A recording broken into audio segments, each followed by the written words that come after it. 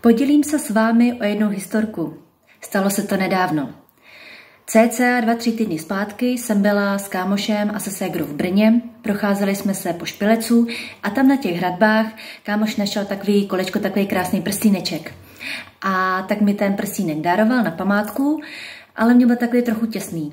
Pak jsme šli na oběd, ségra si ten prstínek zkusila a jí seděl jak ulitý. Říkám, OK, má to tak být, je určený pro tebe, je tvůj.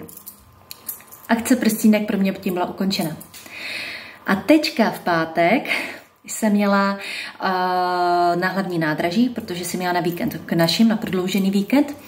A původně jsem měla jít úplně jiným MHD spojem, ale nakonec se mi to poskládalo, že jsem měla tím konkrétním autobusem a haluzově jsem zrovna jela zároveň se svým spolubydlící na to nádraží. A tak jsme jako v tom buse kecali, ale přistoupili tam zhruba, nevím, tři vozíčkáři a tak, abychom jim uvolnili prostor, tak každá šla na druhou stranu vlastně toho autobusu, to tak vyšlo.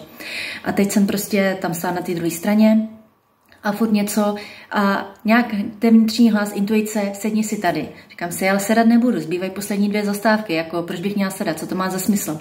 Ale furt mě to tam něco nutilo, sedni si. Říkám, nebudu, to je blbost. No, takže se budu aspoň koukat z toho okna u té sedačky. Jenže zrovna to byl takový ten zatemnělý autobus, takže nešlo ven vůbec vidět. Taková cesta a la metrem.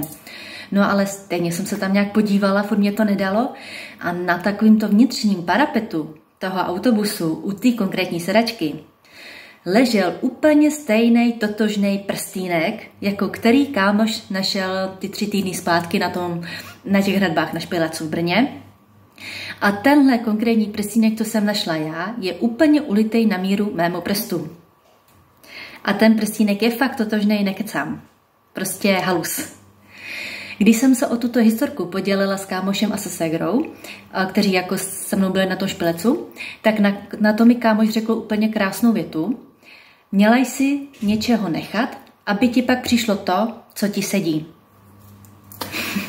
Prostě klasika.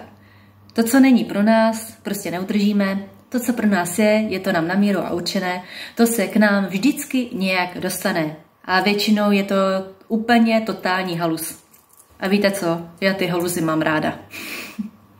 Tak jenom jsem se chtěla podělit o historku ze všedního života. Nevšední historka ze všedního dne.